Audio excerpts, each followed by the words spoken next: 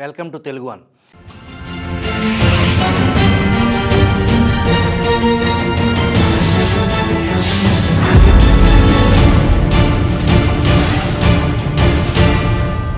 Justice Chandrachud పదవీ విరమణ సందర్భంగా ఆయన వ్యవహార శైలిపై విశాలాంధ్ర పత్రిక 2 తెలుగు రాష్ట్రాల ఎడిటర్ మా మిత్రులు ఆర్వి రామారావు ఎడిట్ పేజ్ నుంచి ఈ వీడియోలా. సుప్రీంకోర్టు ప్రధాన న్యాయమూర్తిగా ఆదివారం పదవీ విరమణ చేయనున్న న్యాయమూర్తి డివై చంద్రచూడ్ కొన్ని వారాల నుంచి తన ప్రతిష్టను తానే తగ్గించుకునే పనిలో మునిగిపోయారు.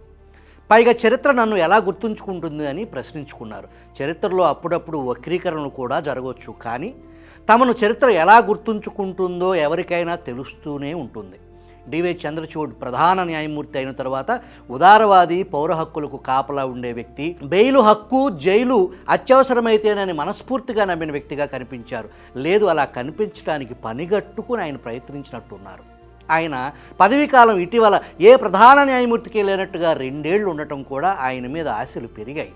ఆయన పదవీకాలం అంత్యదశకు వస్తున్న కొద్దీ అనేక వివాదాల్లో చిక్కుకున్నారు, విమర్శలకు గురయ్యారు. చివరికి సుప్రీంకోర్టు సీనియర్ న్యాయమూర్తులు కొందరు విమర్శలకు దిగారు. ఆయనకు వీడ్కోలు సభ ఏర్పాటు చేయకూడదని అన్నవాళ్ళు ఉన్నారు.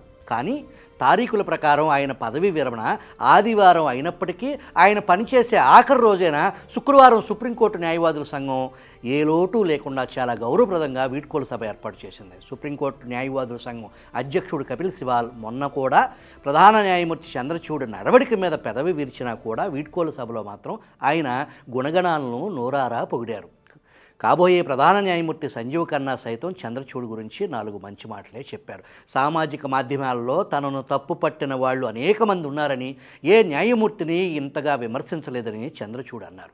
తాను ఆదివారం పదవీ విరమణ చేస్తాను కనుక సోమవారం నుంచి వారంతా నిరుద్యోగులైపోతారు పాపం అని అన్నారు. వీడ్కోలు సభలో చంద్రచూడ్ మాట్లాడినప్పుడు అనేక సార్లు ప్రేక్షకులు హర్షధ్వానాలు చేశారు. వీడ్కోలు సభల్లోనూ సంతాప సభల్లోనూ ఎవరు విమర్శలకు దిగరు. అందుకే ఎక్కడ ఆయన మీద అసంతృప్తి కనిపించలేదు. ప్రధాన న్యాయమూర్తి చంద్రచూడ్ చెప్పే మాటలకు ఆచరణకు చాలాసార్లు పొంతన కుదరటం లేదు. ఇటీవల ఇండియన్ ఎక్స్ప్రెస్ నిర్వహించిన అడ్డా కార్యక్రమంలో పాల్గొంటూ తాను A to Z అందరికీ బెయిల్ ఇప్పించానన్నారు. బెయిలు హక్కు అని ఆయన ఇంతకాలం నుంచి పదే చెబుతున్నారు కనుక ఈ మాటకు చాలా ప్రాధాన్యం ఉంటుంది. ఆయన A to Z అనటంలో ఓ అంతరార్థం ఉంది. ఏ అంటే republic TV Arnab Goswami, Z అంటే జుబేర్. ఆల్ట్ న్యూస్లో పనిచేసే పత్రిక రచయిత. ఇక్కడ దాకా బాగానే ఉంది. చంద్రచూడ్ చేసిన ప్రసంగాల మీద, ఇచ్చిన తీర్పుల మీద చాలా కాలం చర్చ జరుగుతూనే ఉంది. మంచి చెడ్డలు బిరేజు వేసేవారు ఉండనే ఉంటారు. ఈ మదనం తర్వాత చరిత్రలో ప్రధాన న్యాయమూర్తి చంద్రచూడ్ స్థానం ఏమిటో తేలొచ్చు. ఆయన మీద విమర్శలు ఎంత తీవ్రమైనవంటే సుప్రీంకోర్టు న్యాయవాదుల సంఘం నేత దుష్యంత్ దవే అయితే ఆయనకు చరిత్రలో ఏ స్థానమూ ఉండదన్నారు. పదవీ విరమణ చేస్తున్న చంద్రచూడ్ A to Z అనటంలో అలంకారికత కొంత ఉండొచ్చు, కానీ అర్హులైన వారికి ఎవరికీ తాము బెయిల్ నిరాకరించలేదని ఆయన ఖండితంగా చెప్పారు. బెయిల్ హక్కు అని చెప్పి ఊరుకోకుండా కింది స్థాయి న్యాయమూర్తులు తమ స్థానం తాము కాపాడుకోవటానికి బెయిల్ ఇవ్వటానికి జంకుతూ ఉంటారని కూడా ప్రధాన న్యాయమూర్తి చంద్రచూడ్ అన్నారు. బెయిల్ ఇవ్వాల్సి వచ్చినప్పుడు ఇంగిత జ్ఞానం ఉపయోగించాలిగా అని దెప్పి పొడిచారు కూడా.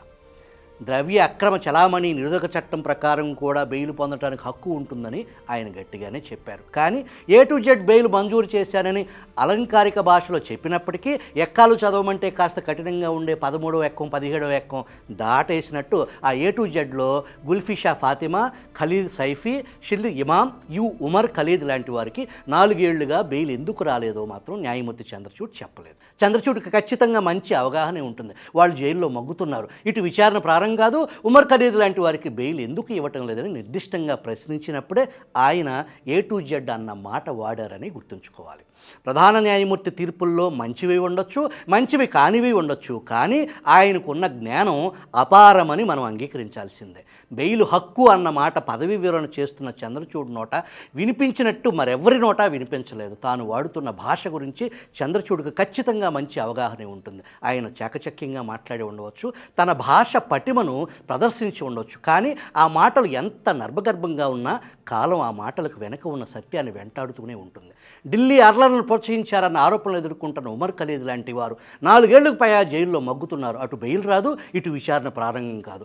ఇన్నాళ్లలో ఉమర్ ఖలీద్ సోదరి పెళ్లికి 1 వారం రోజులు స్వేచ్ఛ లభించింది. ఆ వారం రోజులు ఆయన కనీసం కునుకు తీయలేదు. ప్రతిక్షణం కుటుంబంతో గడపాలనుకుని నిద్రమానుకున్నారు. ఇప్పుడు వారానికి ఒకసారి మాత్రమే ఇంటర్నెట్ ద్వారా వీడియో కాల్లో తల్లిదండ్రులతో మాట్లాడవచ్చు. ఉమర్ ఖలీద్ బెయిల్ కోసం పెట్టుకున్న సుప్రీంకోర్టులో కనీసం 14 సార్లు వాయిదా పడింది. ఒకసారి బెంచ్ ఉండదు, ఇంకొకసారి న్యాయమూర్తి ఈ కేసును విచారించలేనంటారు, మరొకసారి ఇంకేదో అవాంతరం వస్తుంది. షెడ్యూల్ ఇమాం బెయిల్ పిటిషన్ ఢిల్లీ హైకోర్టులో 2022 ఏప్రిల్ నుంచి నానుతుంది. మిమ్మల్ని బెయిల్ ఇవ్వమని కోరటం లేదు, ఇస్తే ఇవ్వండి లేదా తిరస్కరించండి, కనీసం విచారించండి. షెడ్యూల్ పిటిషన్ 64 సార్లు ప్రస్తావనకు వచ్చింది. కనీసం విచారించండి అని ఆయన తరపు న్యాయవాది సిద్ధార్థ దవే మొరపెట్టుకున్నారు.